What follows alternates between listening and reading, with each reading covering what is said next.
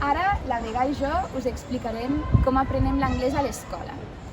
A Mopi aprenem la llengua anglesa de manera oral i significativa, partint de continguts que són propers i motivadors pels infants. Ho fem a través de rutines, de cançons, de contes, de jocs i de dinàmiques que busquen la participació dels infants.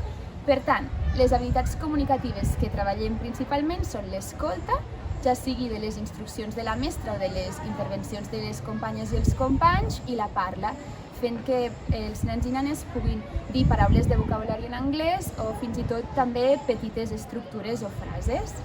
Per tant, a Mopi el nostre principal objectiu és que es familiaritzin amb la llengua anglesa, que se sentin còmodes, que se sentin a gust i que desenvolupin una relació positiva amb la llengua estrangera que faci que en un futur estiguin predisposats a seguir aprenent-la.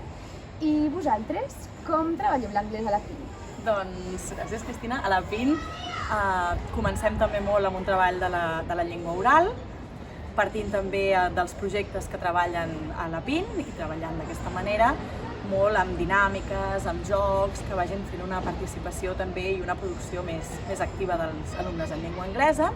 Després, de cara a tercer, anem introduint una mica més el que seria la llengua escrita, llegir també una mica més en anglès i també una mica més la producció de petites estructures, frases, una mica ja més desenvolupades. I després, de cara a quart, els alumnes estan començant a treballar aquest any. És el primer en què s'ha introduït el projecte del llibre que es diu AMCO, que també treballen a 5è i a 6è de l'ANEI.